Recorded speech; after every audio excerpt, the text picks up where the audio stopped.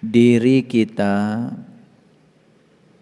yang masih sempurna, ada jasmaninya, ada ruhaninya, itu adalah aset kita yang paling besar. Ditambah lagi kesadaran untuk memanfaatkan waktu yang tersisa, itu adalah sumber daya yang paling besar.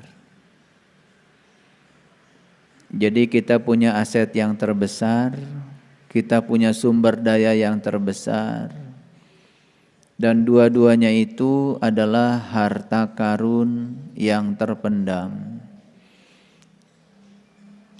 yang sering tidak disadari oleh kebanyakan orang. Karena kita masih memiliki keduanya, mari kita berterima kasih kepada Sang Maha Pemilik semesta raya ini dengan memujinya bersama-sama membaca hamdalah.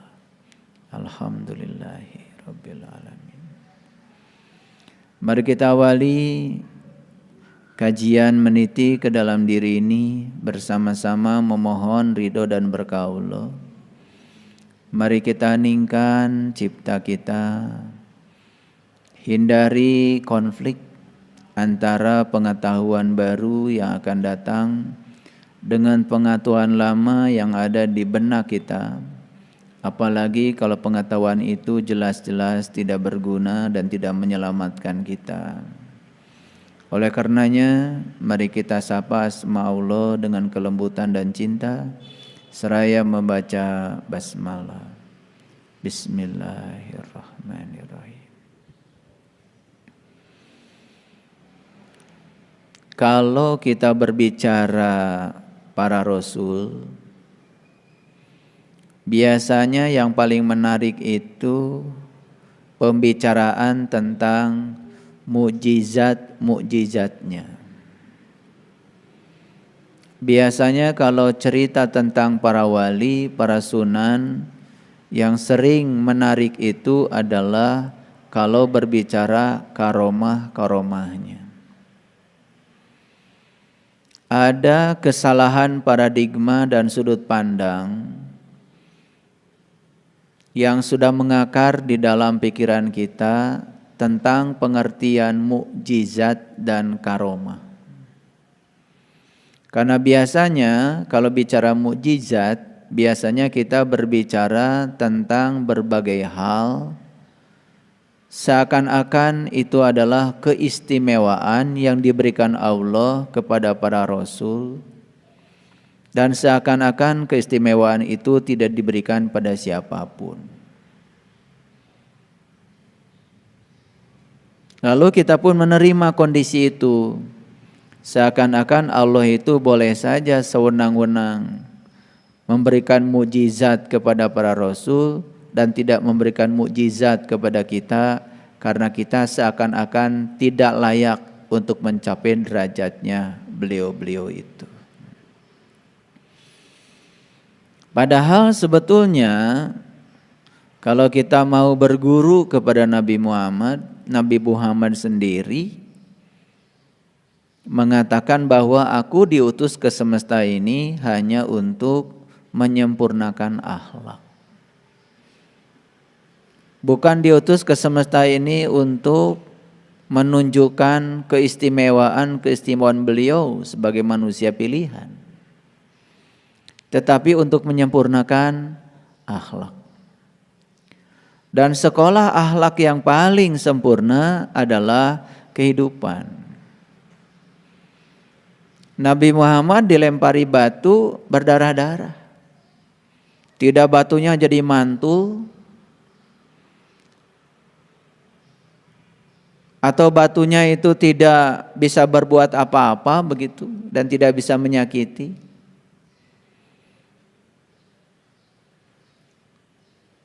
Itulah hukum alam. Para rasul itu mengajarkan hidup yang biasa, bukan mengajarkan hidup yang di luar yang biasa.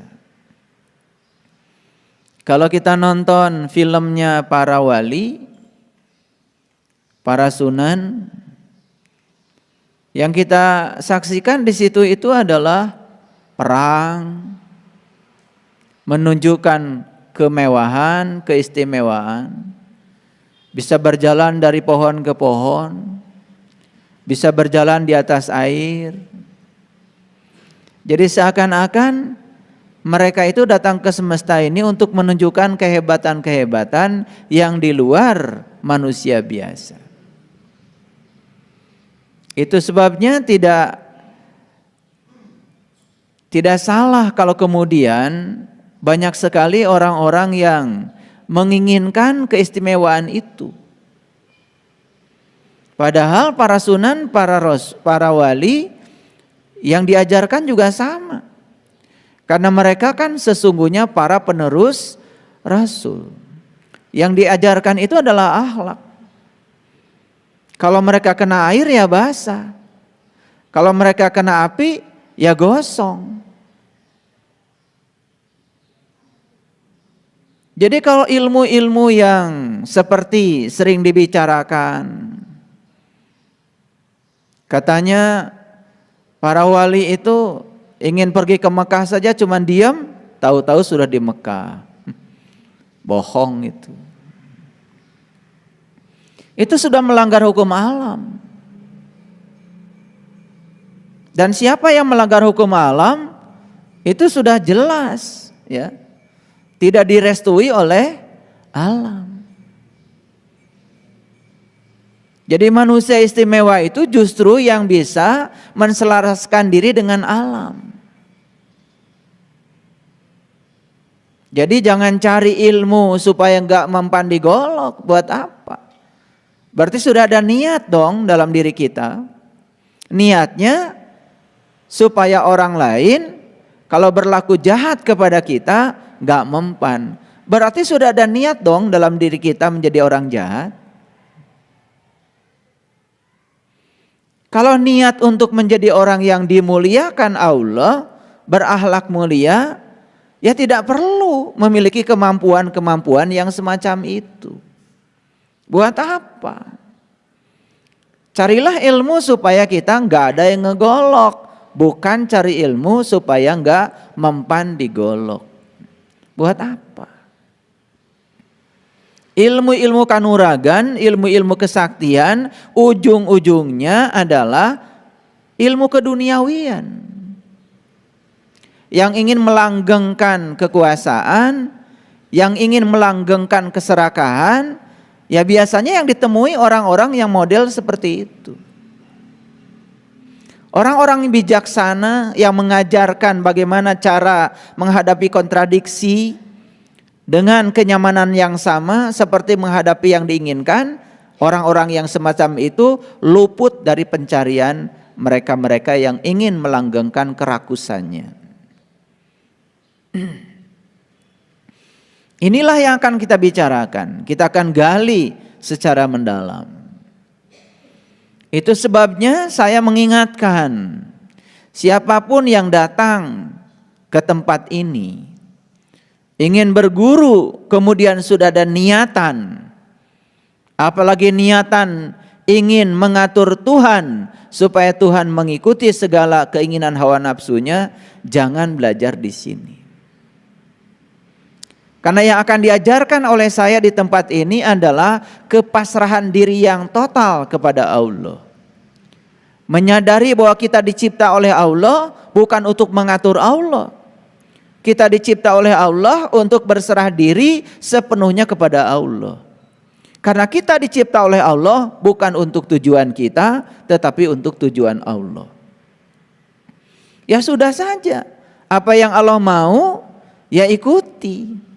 Karena semua yang Allah mau pasti itu yang terbaik bagi kita. Sekalipun kita saat ini mungkin belum bisa menerimanya karena keterbatasan penglihatan dan pemikiran kita. Tapi Allah yang Maha Cinta tidak mungkin menjerumuskan hamba yang dicintainya. Karena kita dari kecil diajarkan benar salah, dari kecil diajarkan baik buruk, Yang disebut dengan Tuhan biasanya yang dikaitkan dengan apa yang kita ingin. Begitu kita mendapatkan yang tidak kita ingin, kita menciptakan gagasan baru yang disebut dengan setan. Jadi gagasan Tuhan dan setan itu gagasan yang diciptakan oleh manusia.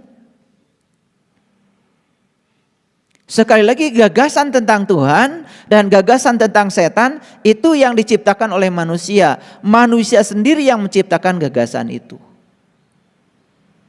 Sesuatu yang nikmat disebut saja Tuhan. Sesuatu yang tidak nikmat disebut setan. Sesuatu yang kita inginkan datang disebut saja Tuhan. Sesuatu yang tidak diinginkan datang disebut saja setan. Bukankah begitu dari kecil kita belajar kehidupan? Terus saja menendang dan mencengkram.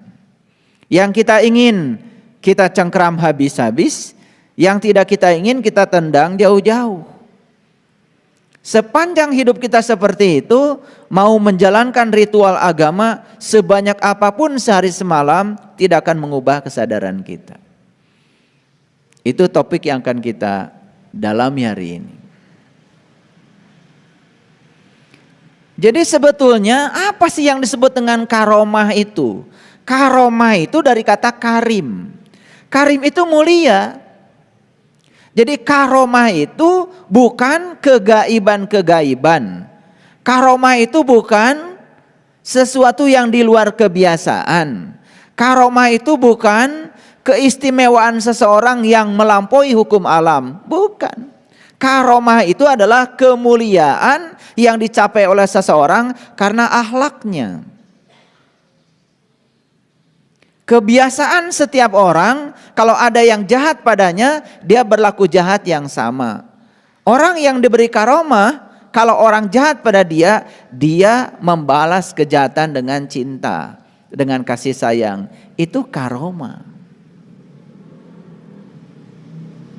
Dari kata karim. Jadi karim itu adalah kemuliaan. Jadi siapa orang yang memiliki karomah adalah orang-orang yang akhlaknya memenuhi akhlaknya Allah yang maha mulia. Jadi orang yang memiliki karomah itu adalah orang yang sudah tahaluk bi akhlakillah. Husnul akhlak, dia memiliki akhlak yang sempurna. Nabi Muhammad itu tidak pernah terkenal ya dengan kesaktiannya. Hampir tidak ada cerita dalam sejarah beliau. Dicaci maki oleh orang yang berbeda keyakinan sekalipun, beliau tetap saja menyuapinya, tetap saja berlaku baik kepadanya. Itu karomah. Jadi jangan-jangan kalian sudah dapat karomah itu. Cuman karena kita salah persepsi, menganggap karomah itu adalah sesuatu yang di luar kewajaran, lalu kalian menjadi rendah hati, seakan-akan tidak punya keistimewaan. Ada murid saya dikasih doa sama saya. Setelah dikasih doa diamalkan. Datang suatu saat kepada saya. Apakah saya bisa mematangkan telur katanya dengan doa ini? Mematangkan telur yang pakai kompor. Jadi itu pertanyaan sudah terpengaruh oleh paradigma yang keliru. Dikiranya saya mengajarkan yang semacam itu. Saya pernah bergurau, kalau kamu tidak punya saldo, ya kamu harus punya ilmu memindahkan uang dari rekening orang ke rekening kamu. Dipahaminya itu gaib. Tiba-tiba uang dari rekening orang pindah. Itu enggak belajar dengan saya dengan cermat. Padahal yang saya maksud, cobalah kamu datang ke orang itu. Siapa tahu sedang pegel-pegel. Kamu punya keahlian mijit, tawarkan. Bapak ibu yang punya uang, barangkali Bapak Ibu punya jasa saya sekarang sudah belajar mijit akupressure, titik-titik cakra yang mana yang menyebabkan sakit saya bisa alirkan lagi darahnya supaya ngalir dengan deras. Ya sudah mijit, begitu mijit maka uang dari rekening orang pindah ke rekening kita. Jadi saya tidak mengajarkan kegaiban. Banyak yang salah tangkap memahami kata-kata saya. Dikiranya saya bisa memindahkan uang dari rekening orang ke rekening kita. Itu penjahat. Itu gak ada kaitan dengan spiritual. Itu kaitannya dengan keserakahan. Gak ada kaitan dengan akhirat. Itu kaitannya dengan keduniawian. Dalam perjalanan pencarian spiritual saya sudah memasuki dunia-dunia yang semacam itu. Tawaran-tawaran kesaktian, tawaran-tawaran kanuragan, sudah lewat. Dan saya tidak menginginkannya. Datanglah benda-benda yang macam-macam ya. Kalau pegang benda ini, maka rambut pun dipotong tidak mempan. Udah lewat yang kayak gitu-gitu. Semuanya bohong. Semuanya tipuan. Jadi kalau kalian ingin disebut orang mulia, dapatkan karomah, kemuliaan. Kemuliaan itu adalah berakhlak mulia. Kalau kamu ingin dicintai orang, ya cintai orang. Kalau kamu ingin diperlakukan baik sama orang, yang berlaku baik kepada orang. Itu karomah. Paham ya? Jadi kalau cerita film wali yang isinya terbang dari pohon ke pohon, itu bohong. Waliullah itu artinya teman-teman Allah. Teman-temannya Allah adalah mereka yang pasrah total kepada Allah, yang siap mengikuti amarnya Allah, siap mengikuti perintahnya Allah. Itu namanya waliullah. Dan orang-orang yang punya ilmu kanuragan, kesaktian adalah orang-orang yang tidak siap mengikuti perintahnya Allah. Dia tidak siap, hartanya hilang, maka dia langgengkan hartanya dengan menggunakan ilmu-ilmu kanuragan. Berarti dia sedang melawan keinginan Allah. Itu bukan karomah. Paham? Nah, ini supaya ngerti.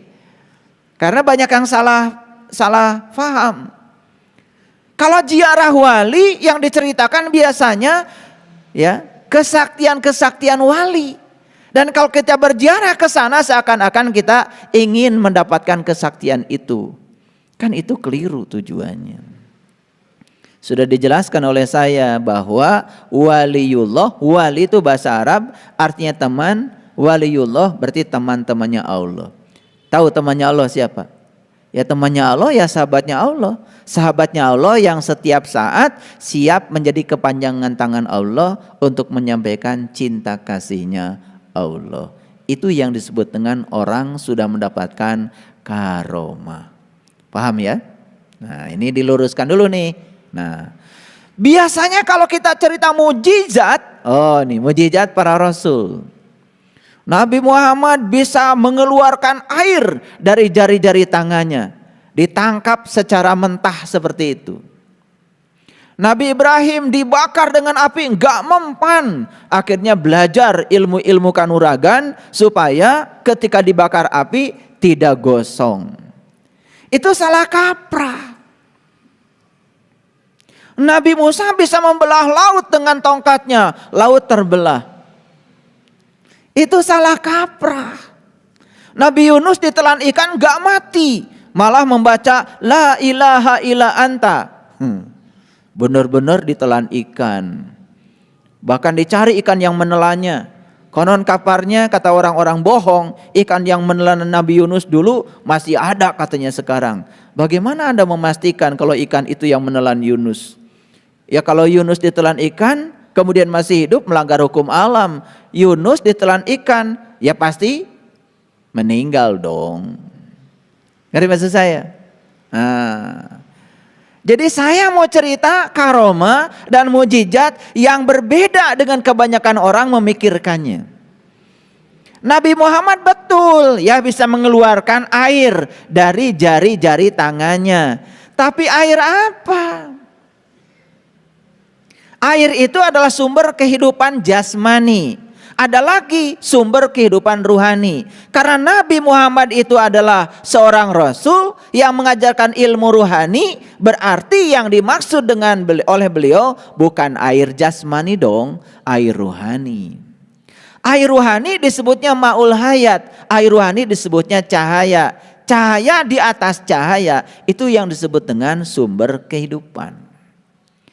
Jadi jari-jari tangannya bisa mengeluarkan cahaya. Tentu saja bukan seperti Batman, bukan seperti Iron Man, bisa mengeluarkan laser gitu. Itu sulapan, itu animasi.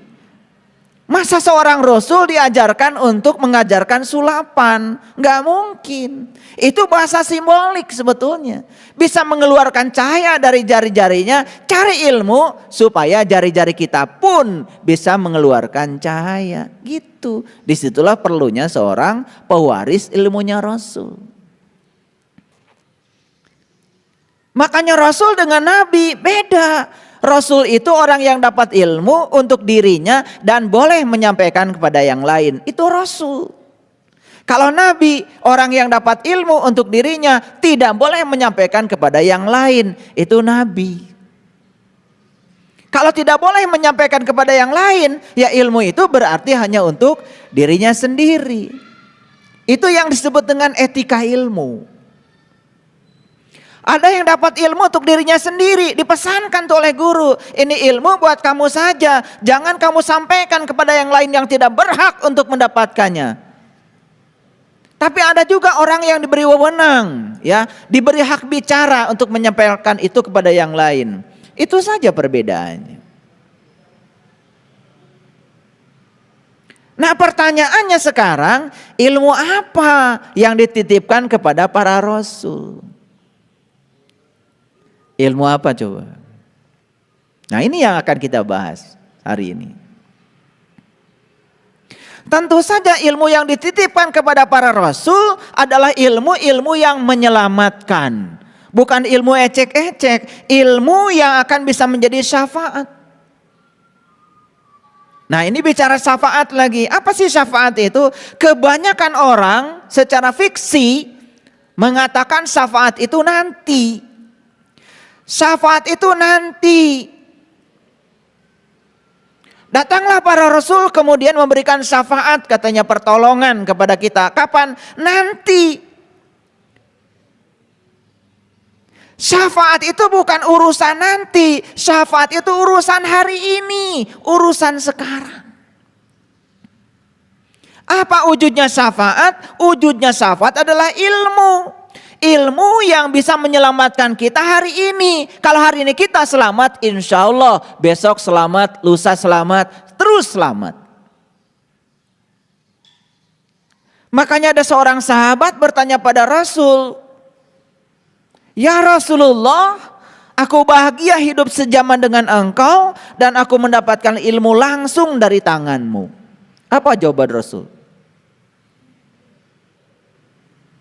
Lebih bahagia lagi umatku yang tidak hidup sejaman dengan aku, tetapi mereka masih dapat ilmuku dari para pewarisku. Lalu sahabat bertanya, siapa ya Rasulullah yang berhak mewarisi ilmu engkau? Rasulullah mengatakan, al-ulama warasatul anbiya. Jadi ulama itu adalah mereka yang mewarisi ilmunya Nabi.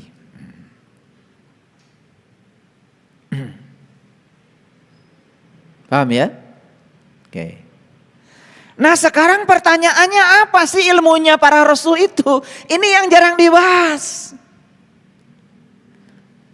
Jadi kita mengira seakan-akan ilmunya para rasul itu adalah mukjizat-mukjizat tadi.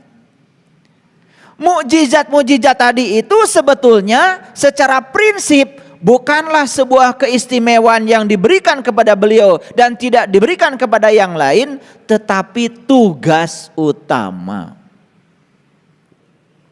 Jadi mukjizat yang sebenarnya adalah tugas utama. Nah, pertanyaannya sekarang, apa sih tugas utama para rasul? Itu diabadikan di dalam kitab suci. Nah, supaya saya tidak berpersepsi, saya akan munculkan dulu ayatnya. Mari kita lihat Quran surat Ali Imran ayat 49. Nah, bagi yang sudah akrab dengan ayat ini, gak apa-apa. Nanti ada lapisan-lapisan terdalamnya yang akan saya bongkar hari ini. Nah, di ayat ini yang paling utama adalah ini, perhatikan. Ya, perhatikan. Ya, wa rasulan ila bani Israel. Ada dua kata di sini, perhatikan. Pertama rasul, yang kedua bani Israel. Wa rasulan, dan rasul ila. Ila itu artinya datang. Ila itu artinya berjumpa. Ila itu artinya bertemu. Jangan mengartikan setiap kata dalam Quran dengan bahasa kamus. Harus menggunakan bahasa gramatikal, bahasa konteks. Wa rasulan ila bani Israel, ya, dan rasul bertemu dengan bani Israel. Tadi saya katakan siapa rasul? Orang yang dapat ilmu untuk dirinya dan boleh menyampaikan kepada yang lain. Seorang rasul tentu saja sudah punya kemampuan. Ilmu yang disampaikan kepada beliau ini harus disampaikan pada siapa? Makanya ilmu terbagi tiga. Ada ilmu yang umum disampaikan di tempat umum kepada orang umum dengan cara yang umum. Ada lagi ilmu khusus, bahkan ilmu khususil khusus. Itu disampaikan di tempat khusus, pada orang yang khusus, dengan cara yang khusus, di waktu yang khusus. Ya tentu saja yang dibicarakan di sini bukan ilmu umum. Yang dibicarakan di sini adalah ilmu khusus, pada orang khusus, di tempat khusus, dengan cara yang khusus, karena ilmunya khusus. Ilmu umum disampaikan kepada setiap orang, boleh-boleh saja. Tetapi Rasulullah sudah memberikan batasan. Ilmu khusus jika diberikan kepada orang umum, itu suatu kezaliman. Ilmu khusus jika diberikan kepada mereka yang tidak berhak untuk menerimanya, bukan ahlinya. Kalau di Quran dikatakan illa ahliha. Jadi ilmu itu hanya diberikan kepada ahlinya. Yang bukan ahlinya, yang tidak berhak menerimanya, tidak boleh. Makanya seorang rasul pasti punya kemampuan melihat siapa yang berhak menerima ilmu dan siapa yang tidak berhak menerima ilmu. Pasti punya kemampuan itu. Kalau tidak punya kemampuan itu, pasti itu bukan rasul. Ulangi lagi ya. Jadi rasul itu dua ya otoritasnya. Satu mendapatkan ilmu, yang kedua ilmu yang didapat boleh disampaikan. Tetapi menyampaikannya tentu ada batasan. Makanya di Quran surat An-Nahl dikatakan ud'u ila rabbika bil hikmah wal mau'idah wajadilhum billati hiya ahsan. Jadi mengajak manusia ke jalan Tuhan itu ada 3 metode. Yang pertama bil hikmah, ya, dengan menunjukkan hikmah. Hikmah itu adalah keteladanan. Yang kedua wal mau'idah, boleh menyampaikan nasihat. Yang ketiga wajadilhum hiya ahsan, berjidal, berdiskusi, berdebat boleh asal ada ruangnya. Yang penting jangan berdebat di jalanan. Karena kalau berdebat di jalanan itu namanya liar. Kalau sudah liar bukan dapat barokah, malah jadi mengeraskan hati. Bahkan di ayat lain Allah justru melarang berdebat itu. Walaupun ada kata wajadilhum hiya ahsan, boleh berdebat asal dengan cara yang baik. Itu ada syaratnya. Berdebat itu harus dengan cara yang baik. Dan setiap perdebatan biasanya cenderung caranya itu emosi. Jadi sebetulnya ayat itu bukan mengisyaratkan boleh berdebat sebetulnya. Karena berdebat mengeraskan hati. Apalagi berdebat dengan orang yang kesadarannya rendah. Buang-buang waktu. Jadi oleh karena itu jangan setiap perdebatan dilayani. Ulangi, jangan setiap orang mengajak diskusi, berdebat, apalagi cuma sekedar pamer pengetahuan, bukan pamer ilmu. Karena ilmu itu tidak perlu dipamerkan. Kalau sudah jadi ilmu, ya akan pamer sendiri dengan akhlaknya. Yang biasanya dipamerkan itu adalah knowledge, pengetahuan. Sejumlah informasi yang ada di otak kemudian ditampilkan kepada orang lain karena kita menganggap diri kita banyak pengetahuan, itu namanya pameran ilmu. Nah ilmu yang pengetahuan yang sudah jadi ilmu nggak usah dipamerkan. Karena yang sudah jadi ilmu sudah jadi pengalaman. Kalau sudah jadi pengalaman berarti sudah nampak menjadi tadi karomah. Jadi ilmu itu harus mengantarkan kita sampai menemukan kemuliaan dari ilmu itu. Makanya orang banyak ilmunya tetapi tidak mulia akhlaknya, itu nggak berilmu. Berpengetahuan yes, tapi berilmu tidak. Karena ciri orang yang berilmu itu tentu saja berakhlak. Makanya di Quran dikatakan ya, yang akan diangkat derajatnya oleh Allah itu cuma dua. Satu orang yang beriman dan berilmu. Yarfa'illahul ladzina amanu minkum utul ilma darajah. Yang dipakai di Quran bukan atau tapi dan. Beda, kalau atau boleh salah satu. Ya. Syarat untuk masuk ke masjid ini ya, yang pertama harus dewasa atau berpakaian rapi. Itu boleh tidak dua-duanya, salah satu. Tetapi kalau dan itu harus dua-duanya. Orang ini akan diangkat derajatnya oleh Allah kalau dan. Satu beriman, yang kedua berilmu. Dan awas ya. Jadi kalau begitu iman dengan ilmu tidak bisa dipisah. Ilmu berbeda dengan pengetahuan. Kalau pengetahuan itu informatif, apa kata orang, apa kata buku, apa kata kitab suci, itu namanya pengetahuan. Kalau belum menjadi pengalaman, itu bukan ilmu. Nah, yang akan diangkat derajatnya itu bukan orang yang berpengetahuan, tetapi orang yang beriman sekaligus juga berilmu. Paham ya? Awas, hati-hati menangkap pembicaraan saya. Gak ada kata-kata saya yang sia-sia. Saya coba menggunakan setiap kata seefektif dan seefisien mungkin supaya tidak banyak ya kata-kata. Sebetulnya saya kan berulang kali mengatakan, saya ini tidak mau berkata-kata. Karena berbicara itu selalu rugi dibandingkan dengan yang mendengar. Orang yang berbicara itu adalah mengulang-ulang yang dia tahu. Tapi orang yang mendengar pasti ada inspirasi baru yang dia belum tahu. Makanya untungan kalian yang dengar daripada saya yang bicara. Iya, kalau ditanya siapa yang paling untung di ruangan ini, ya kalian yang dengar. Siapa yang paling rugi? Ya saya. Untung saja saya tahu ilmunya supaya saya nggak rugi. Makanya saya tidak mengulang-ulang yang saya tahu. Karena yang saya bicarakan sekarang bukan mengulang yang saya tahu, tapi aliran pengetahuan dari semesta yang sedang dihadirkan kepada saya. Jadi sebenarnya saya ini sedang mendengar saya. Saya sekarang sedang mendengarkan saya. Karena saya juga tidak punya judul datang ke tempat ini. Saya cuman judulnya Subhanaka la ilma lana illa ma'alamtana innaka antal alimul hakim. Itu saja ilmu saya. Maha suci Engkau ya Allah, sungguh aku enggak tahu apa-apa kecuali Engkau yang memberitahu. Karena saya sudah memasrahkan diri kepada Allah, sekarang saya biarkan saya digunakan oleh semesta untuk mengalirkan pengetahuan. Jadi sebetulnya saya pun tidak rugi akhirnya. Nah, yang rugi itu yang ceramah pakai hafalan. Yang ceramah pakai hafalan, diapalkan dulu baru diceramahkan. Rugi dia, kehilangan waktu karena dia hanya mengulang-ulang yang dia tahu. Tapi kalau saya sekarang bukan mengulang yang saya tahu. Bahkan saya pun awalnya tidak tahu nih yang sedang saya bicarakan. Saya sedang mendengar diri saya sendiri.